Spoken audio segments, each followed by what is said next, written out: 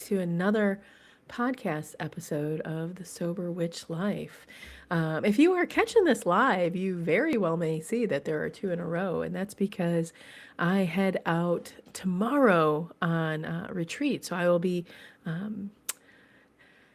all sorts of engaged in retreat from basically tomorrow up until about a week and a half from now. So I'm recording two episodes today. So yeah, I really love today's topic and think it's a really important one. So if for some odd reason, like that you normally listen to these and you kind of are preoccupied, I'd encourage you maybe to find some time to really sit and absorb what I'm sharing here today, right? Because I think it's an important one. I really do. Many people in recovery carry a quiet belief that they rarely say out loud. The belief is that a beautiful life is something other people get to have, right? This, curse of comparison where we look at others' lives and what they're going through, and we just feel like it's never something that we can achieve. And today's whole topic, this topic was prompted because in the 90 days of shadow work that we're doing right now in the Recovery Coven, today's prompt asked a really simple question, right? That has probably a very complex answer for most people. And that is, what are your beliefs about whether you deserve abundance in your life? And here's the thing, a lot of times when people think about the word abundance or they hear it, they think of money, they think of prosperity, they think of financial success, the kind of wealth that shows up in bank accounts or on tax returns, right? But abundance is so much bigger than that. Abundance is the richness of life itself. It's the quiet things that make life feel full and meaningful. It can show up as love, connection, supportive relationships. It might look like time that we have to be creative, afternoons that we get to spend in the garden, or the rare luxury of resting without guilt. Sometimes it's as simple as nourishing food, deep sleep, laughter with friends, or the subtle feeling of peace as it settles itself into your body. In other words, abundance is not just about financial wealth. It's about the wealth of life itself. And I truly believe this with my whole heart. I believe that every single one of us are deserving of a beautiful life. But for a lot of us in recovery, believing that is not always easy. I don't think I really knew what a beautiful life was until I stepped into recovery. That realization didn't come all at once, though. It arrived slowly after years of feeling like I had been observing life rather than living it. I have memories long before I got sober of seeing beauty in the world. Like I could see it in other people's lives. I could witness it in the way that they laughed, the way that they built their families, the way that they were connected with their friends, the way that their homes just felt warm or alive or inviting, right? Like they had this, I don't know, this innate sense of peace and comfort and love on them. But it never quite felt like it belonged to me, right? Even in adulthood, right? As I was like in the throes of adulthood, I always felt like I was standing on the outside looking in, right? I would watch people enjoy their lives and wonder how they'd figured something out that I really hadn't, right? Like, what was it? Like, why did they feel? And this wasn't masking. Like, I could tell the difference between someone masking this and somebody truly embodying this. And if I'm honest, I can trace all of this right back to like even my teenage years, when I would look around at my peers and I felt like everyone else had access to something that was just out of reach for me. It showed up in my childhood, in my teenage years, my young adult life, in my adult life, right? And it wasn't until I started therapy in my early 30s that I started to understand how much all of the trauma and the abuse that I had witnessed throughout my life had began to shape the way I viewed life, right? It's really hard to imagine a beautiful life when your life is filled with so much trauma and abuse, right? it's just hard to even understand or comprehend. Leaving an abusive marriage forced me to confront truths that I had avoided for years. Walking out of an abusive job forced me to reconsider what I believed I deserved, right? I can remember this was probably like a month and a half after I left that job. I had created this practice, and every morning I would step into what I had, deemed my yoga room at that time. And it was just me and the mat. And I would do like 90 minutes of this yin yoga, which is, wow, it's a pretty intense exercise, right? And I don't mean like physically intense, mentally. And I remember laying there in Shavasana at the end of one and asking Spirit, like, please don't ever allow me to be in those situations again. I don't want to be in an abusive relationship. I don't want to be in an abusive job. Just please, right? But it wasn't until I stepped into recovery from alcoholism that I really started to look at the way that addiction had hollowed my sense of self, how addiction had really led me to a lot of those places. And something began to shift at that time. And for the first time, I could start to see beauty in life. I could see that it wasn't just something reserved for other people, that I could create it. I realized that. But before my recovery, I understand again that abundance looked a lot different, It meant achievement, it meant validation from other people, it meant attention and recognition and success and the satisfaction that, in some way, shape, or form, I now had become successful, right? Money had played a huge role into that definition. The paycheck that I received every other week, right? The money that I put into my 401k, whatever it was, the more I earned, it seemed the more I confirmed that I was like doing life correctly. And looking back, that version of abundance feels really, really hollow now. It wasn't beauty, it wasn't peace, it wasn't fulfillment. It was accumulation. I was collecting accomplishments like other people collected objects.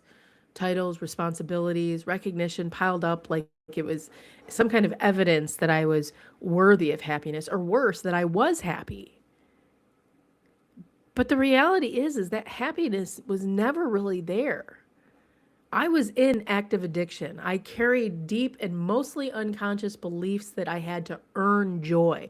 Like there was some kind of checklist that I needed to complete before I could allow myself to relax or feel like I was satisfied. I was surrounded by a lot of people that believed that the statement, work hard, play hard, work hard, achieve more, prove yourself, right? Then maybe you can be happy. The reality, though, was a lot simpler. Most of my life at that time was either working or drinking, and if I wasn't doing either, I was nursing a hangover. There wasn't a lot of room in my life for beauty. When I think about stepping into my recovery, there was not one moment where everything changed, right? Not one moment where I realized I could create a beautiful life, but there just wasn't one aha where I realized I'd had it. Instead, it was these small realizations. Early in recovery, like so many of us, I was told to start a practice of gratitude, and I would write down lists of things, 10 things every single day. I had a gratitude journal that I would use, 10 things every day that I was thankful for. And it felt kind of mechanical, right? Like, again, something on a to-do list that I just needed to complete. And then I would be successful, right? But over time, something happened. Instead of only writing gratitude down, I started to notice when it was happening, right? It would be in the quiet of the morning, like when I woke up and I was just by myself and I was the only one up. And I was so grateful for the quiet and the peace. I was grateful for that warmth of that sunlight, in spring, the first time, like you're sitting in your car and the warmth of the sun comes through and it just warms you. Or like, better yet, you get into the car, it's cool and chilly still out, but you get into the car and it's all warm. And I would be so grateful for that feeling. or even just the relief over and over again every morning when I would wake up without a hangover and realize that my mind was clear, like I wasn't fighting all of the anxieties that I once had. Moments like that once would have passed without me ever noticing, began to feel meaningful. I began to realize something. I didn't just want to list out my gratitude, I wanted to live it. I wanted my days to be filled with moments that I could appreciate. From the moment my feet touched the floor in the morning to the moment my head rested on the pillow at night, I wanted this gratitude to just be filled. And again, this didn't happen overnight. This was like months, maybe even a year before I really felt and recognized this. Because before I could build a life that felt beautiful, I had to start clearing out all of those shadows that had quietly shaped my beliefs. Like, I had to clear all of those out before I could realize this, like, practice, this regular, like, embodiment of gratitude on a daily basis. And I attribute a lot of that to my practice of witchcraft. You know, not only was my practice of witchcraft having me explore all of my shadows, bringing all of these things into the light that were lingering in the dark, all these unconscious beliefs, all of these limiting beliefs, right? But it also had me starting to use a lot of tools and do a lot of reading. And I remember I had started using the Thoth Tarot deck. And for those of you that are aware of it, you're going to know the Ten of Pentacles. And for those of you that are not, the Ten of Pentacles in the Thoth deck carries the word wealth associated to it. And at first glance, you know, again, you think about financial money, right? But that's not what it meant. You know, I began to study the card. I began to read about it. There are all sorts of books that are written about that Thoth deck. And the more and more that I realized, more and more I read about it, the more I realized that this card has very little to do with money. It speaks to a life that is rich with relationships, meaning, creativity, stability, legacy, a life that feels full rather than empty, a life where the energy around you feels supportive rather than draining. This study expanded the understanding of what abundance really was for me. And I started to realize something too, you know, as I looked back at my journey in recovery and my journey in some of the 12-step programs, even in my journey in therapy, is that a lot of traditional recovery spaces emphasize humility and gratitude, and they help, which are beautiful, right? And they focus and emphasize on being grateful for what we have, which can come with this like unspoken narrative that we don't need to ask for more. We, you know, or it might not be in our best interest to want more. That wanting more is even a symptom of our addictive patterns. But the practice of witchcraft invites in a different conversation. When we start to include divination into our spiritual practices, we can ask questions about what our soul really desires, what our purpose is. Tarot doesn't just help us understand what to be grateful for, it can invite us to explore where we want to grow, where we want to go. Sometimes wealth means stronger relationships. I want better relationships in my life. Sometimes it means I want more time to be creative. Sometimes it means I want to expand my creative, endeavors. Sometimes it means having enough solitude to even just hear our thoughts again, right? The practice of witchcraft does not suppress desire. It illuminates it. It shows us which desires are divine. Over time, I came to see that abundance was something that we can co-create with the universe. That ideas get misunderstood a lot in spiritual circles. That people often think co-creation means forcing the universe to deliver exactly what it is that we want through willpower, intention, and spells, right? But that's not my experience. Co-creation is not about manifesting, right? It's not about doing more spell work to bring about what we want. It's about listening learning how to listen. It requires paying attention to the subtle signals that life offers us. It means noticing when something feels aligned and when something feels deeply wrong. It means understanding our nervous system well enough to recognize when we're moving in harmony with our purpose and when we're pushing against it or resisting. Sometimes it looks like bold action and stepping forward into fear when it's the last thing we can imagine doing. And sometimes it looks like absolute surrender. The more we learn to move with rhythm, the more that life begins to feel abundant. Not because everything becomes perfect, but because we begin participating consciously in our own lives. Joy becomes more vivid, creativity becomes easier, and love becomes more accessible to us.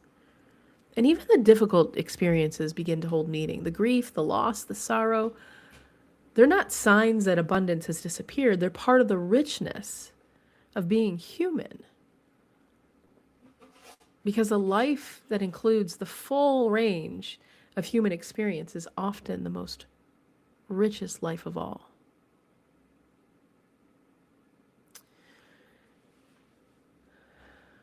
Shadow work is what's going to allow us to reclaim that abundance because it helps us see the beliefs that are quietly blocking it.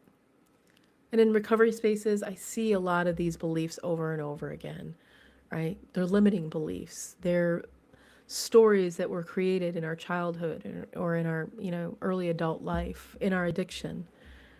They live beneath the surface of our consciousness and they shape our decisions, right? I've done too much damage. There's no way getting out of this. I don't deserve a happy ending. This is as good as it's going to get for me.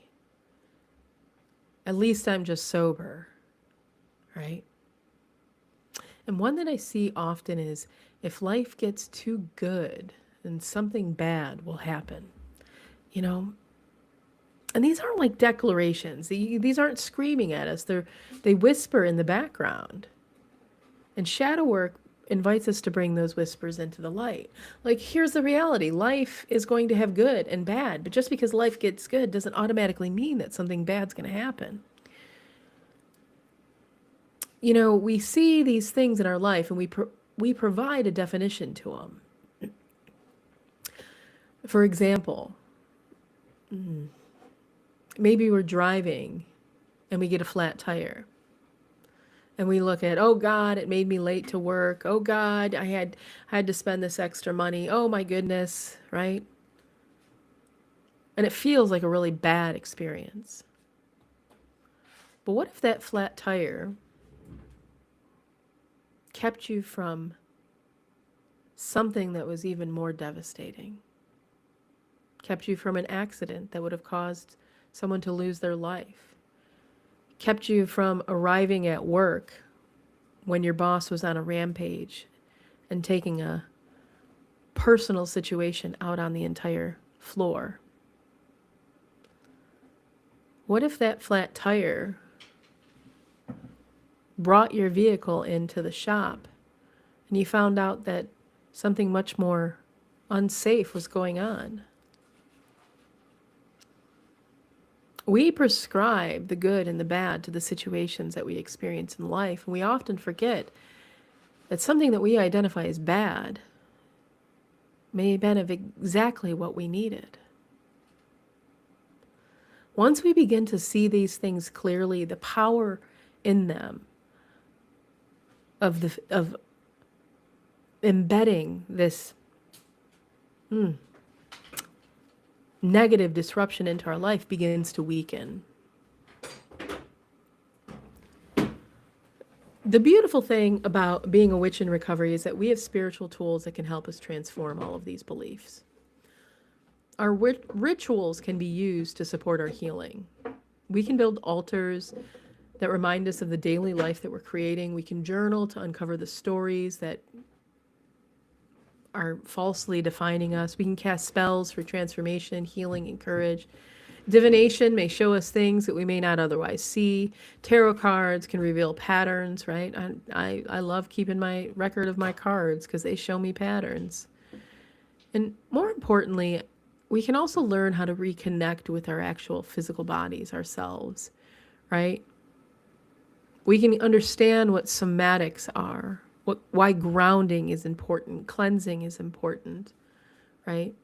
All of these things helping our magical spiritual work take root in the physical space.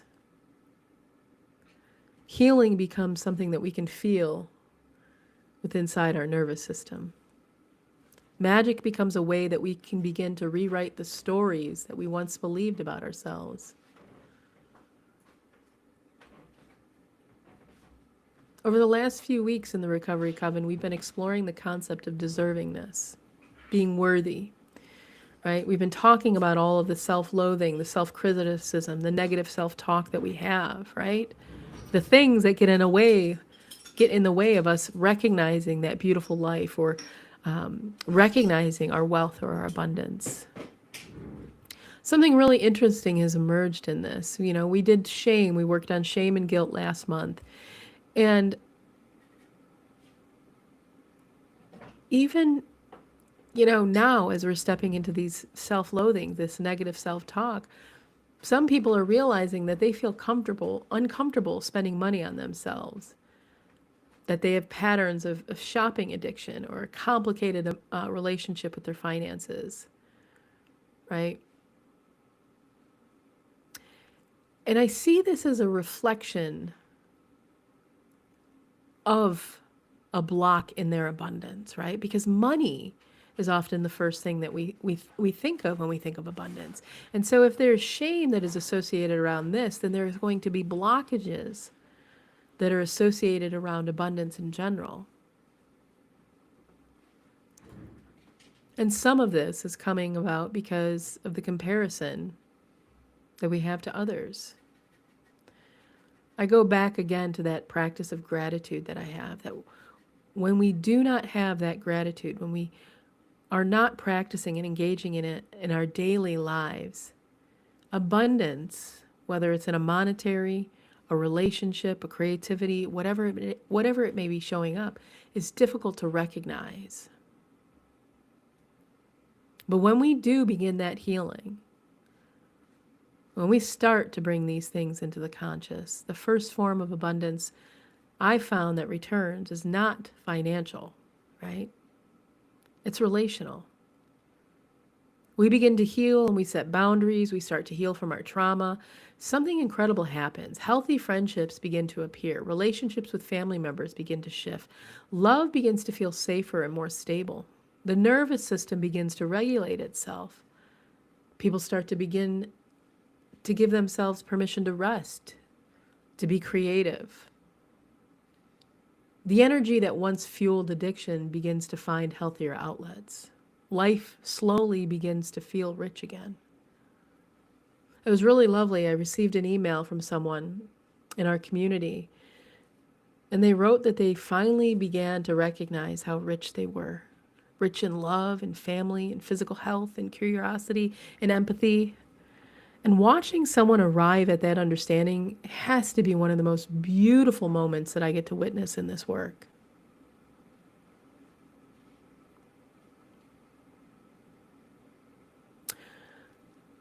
Now, as far as community goes, right?